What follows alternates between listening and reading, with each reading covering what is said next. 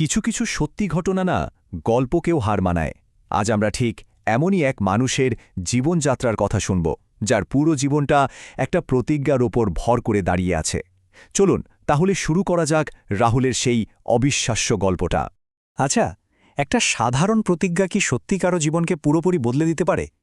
এই প্রশ্নটা দিয়েই কিন্তু শুরু হচ্ছে আমাদের আজকের গল্প।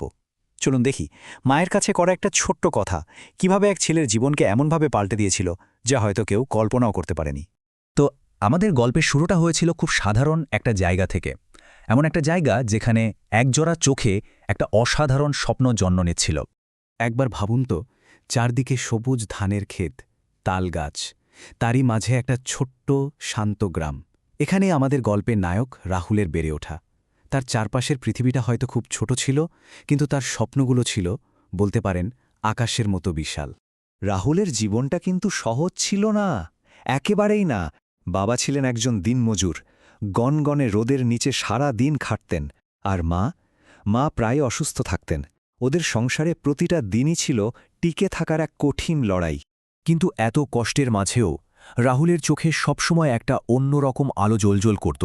সে স্বপ্ন দেখত একদিন সে অনেক বড় হবে, মায়ের সব কষ্ট দূর করবে, বাবার কাঁধ থেকে সব দায়িত্বের বোঝা নামিয়ে দেবে। এই স্বপ্নটাই ছিল ওর বেঁচে থাকার একমাত্র কারণ।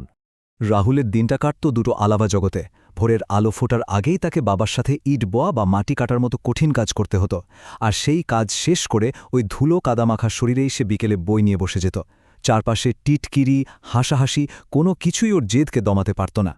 কিন্তু ঠিক এর পরেই রাহুলের জীবনে এমন একটা ঝড় আসে যা ওর ভেতরের সবকিছুকে একেবারে ওলটপালট করে দেয়।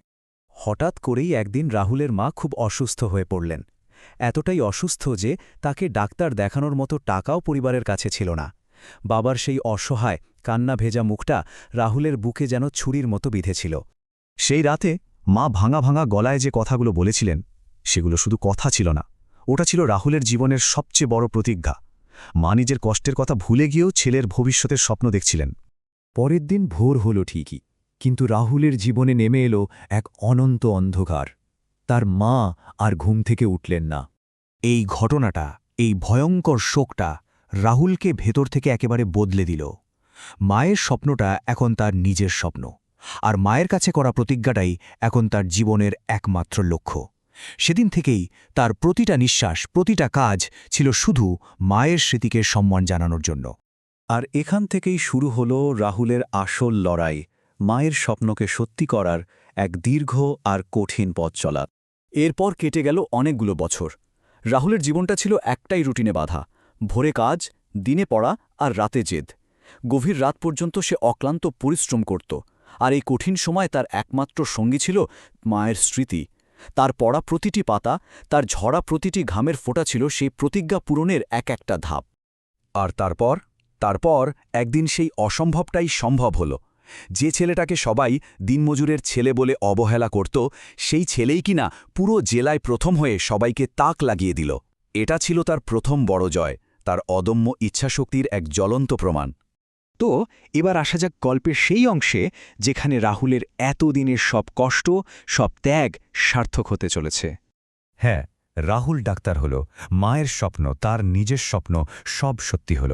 যে ছেলেটা একদিন তার মায়ের চিকিৎসার জন্য টাকা জোগাড় করতে পারেনি, আজ তার হাতেই মানুষের জীবন বাঁচানোর ক্ষমতা। কিন্তু এখানে গল্প শেষ না। সে কিন্তু চাইলে শহরেই থেকে যেতে পারত, অনেক টাকা কামাতে পারত, কিন্তু সে তা করেনি। সে ফিরে এলো নিজের সেই ছোট্ট গ্রামে, আর সেখানে সে তৈরি করল একটা হাসপাতাল, গরিব আর অসহায় মানুষদের জন্য এক আশার ঠিকানা। এই হাসপাতালটা আসলে শুধু ইট সিমেন্টের একটা বিল্ডিং নয়, এটা হলো ভালোবাসা আর ত্যাগের এক স্মৃতিস্তম্ভ। যে মা রাহুলকে স্বপ্ন দেখতে শিখিয়েছিলেন, তার প্রতি এক জীবন্ত শ্রদ্ধাঞ্জলি। আসলে রাহুলের এই যাত্রাটা তো শুধু তার একার নয়, এর বার্তাটা আমাদের সবার জন্য। শোনা যায় আজও একটা লম্বা ব্যস্ত দিনের শেষে রাহুল সেই পুরনো পুকুরটার ধারে বসে আকাশের দিকে তাকিয়ে ফিসফিস করে বলে, আমি পেরেছি মা, তুমি তো বলেছিলে আমি পারব।